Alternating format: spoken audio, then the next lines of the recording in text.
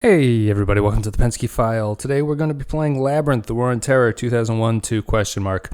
This is a board game designed by Volko Runke, came out a couple years ago. It's a two-player asymmetrical board game, war game based on the aftermath of 9/11 and the U.S. response in the Middle East to all the things that entails. So we won't go too heavy on the history.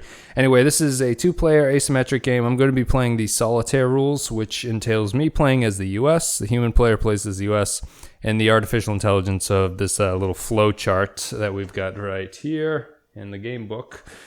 The artificial intelligence is running the jihadist side. So in this game, there are two asymmetric sides. There's the jihadist player and the U.S. player.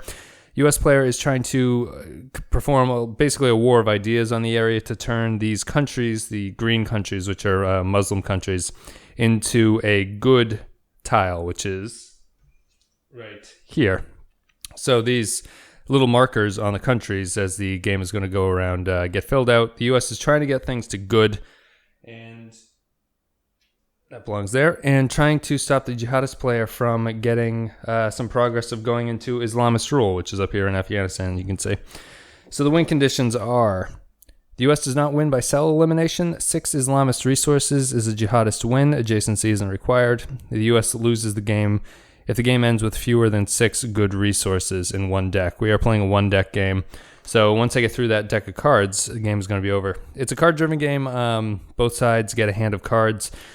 It would be a la Twilight Struggle if you were playing 2 players. Because we have an AI, I deal a deck of hand of cards to the AI, and they randomly go through the events, and they have a different they have a flow chart depending on what card they draw. You follow the flow chart and you end up somewhere. This is my second time running through this, because the first time I fucked up the radicalization rule so badly that I couldn't possibly post it, but this time I think I fixed everything. What happens is in that the artificial intelligence has this solo game specific mechanism called radicalization, where if they have ops points from the cards, they use if they can't do anything efficiently, they can sort of spread their points out. And if you end up in a situation where you have ops points and you can't do anything on the board, you're supposed to do radicalization. What I was doing was that I was only doing radicalization if I couldn't do anything beforehand. So it was like a very limited thing that I would be doing.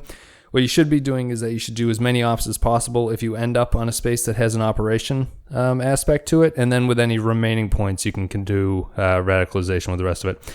So I basically wiped the floor with the game in the first game, and then realized I was playing it wrong. So we're going to try to fix that. And this video is just going to be a setup introduction as to what's going on. Again, I'm going to be playing as the U.S., playing against the jihadists. Jihadists have these little black cells, the cylinders that are over there.